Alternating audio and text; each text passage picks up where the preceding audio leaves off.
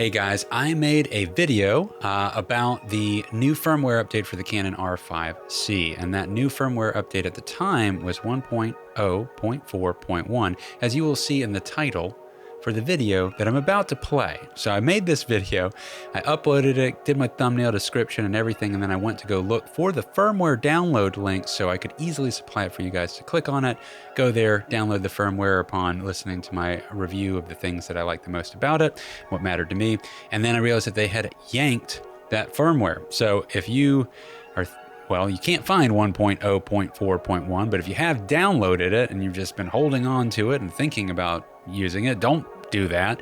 There's a new version that has now come out, 1.0.5.1, and that is what I have on the camera as we speak. I'm using it for the first time with this very, very new firmware update that did come out maybe up to a week ago.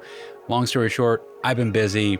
The new one came out. I held on to this video for a little bit. I still want to show you the video because the only thing that they changed on this firmware, from my understanding, is, between the last one that I review in a second and the new one, is this one fix that had to do with photo mode, some pixel shift issue. I don't really use photo mode on this camera that much.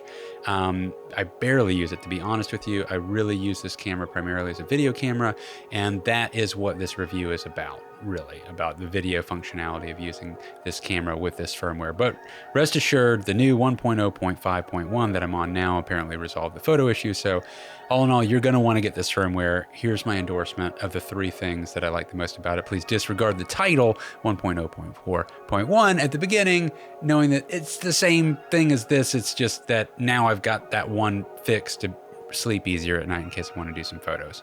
Here we go. In a world where nuclear war has begun, vampires fought back in super real 3D. The Canon R5 C. Do you have one? If you do, they just released a new firmware for it. You might be aware of that, you might not. I'm going to tell you, I've been testing it for about a week or 2. When did it come out? Well, all I know is that I've been using it and I like it. There are 3 features that I think are fantastic about it, and I'm just here to vouch for them I'm here to vouch for them working, and so I just wanted to let you guys know. 1, there is a firmware update. You're going to want to switch to it, and 2, what those features are that I've been putting to the test and been happy with. And one of them, the first one out of the gate, is better autofocus. Now, it implements now with face tracking. It can tell when the back of a head happens. That's a big deal. That's great, because when I was using face tracking, it would always lose people when they would turn around. It made me not use face tracking unless I was doing an interview. I would just use the center point focus, and I would put the box wherever I wanted, and anything in that box would come into focus. But I wanted to be able to use face tracking, set a tracking point, have it follow that. With this newest update, it seems a lot stickier in general. I don't know if that's my imagination, but I'm having much more success with the autofocus for sure, and without doubt, it can definitely follow the back of a head, which it didn't even begin to do before this update. So that's a really big deal. I love that. The other big thing is that you'll get a little bit better battery life. Now, it's a big thing, even though it's only a little bit of battery life, because you already have so little battery life to begin with if you are using internal batteries.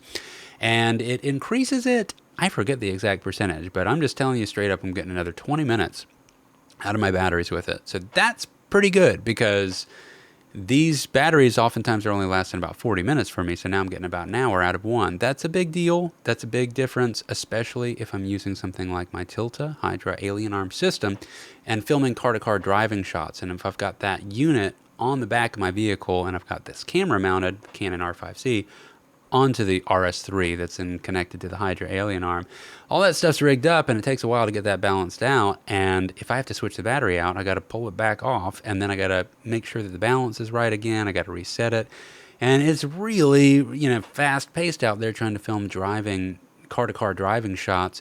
There's time of day that you're trying to manipulate. There's the traffic that you're trying to dodge, find an open space. There's, the people with the cars and communicating with everybody. You want to switch this as little as possible. Another 20 minutes or so on the battery is a big deal. Also, I use it on the DJI RS3 anyway, and it's just nice to not have to switch batteries so much. And on the RS3, this is where I use autofocus the most, and that's where this comes into play again. on this update. The autofocus has gotten better, so that's been great. I'm using the set point focus and also the face tracking a lot more now. Over the last 2 weeks, I'm using it predominantly.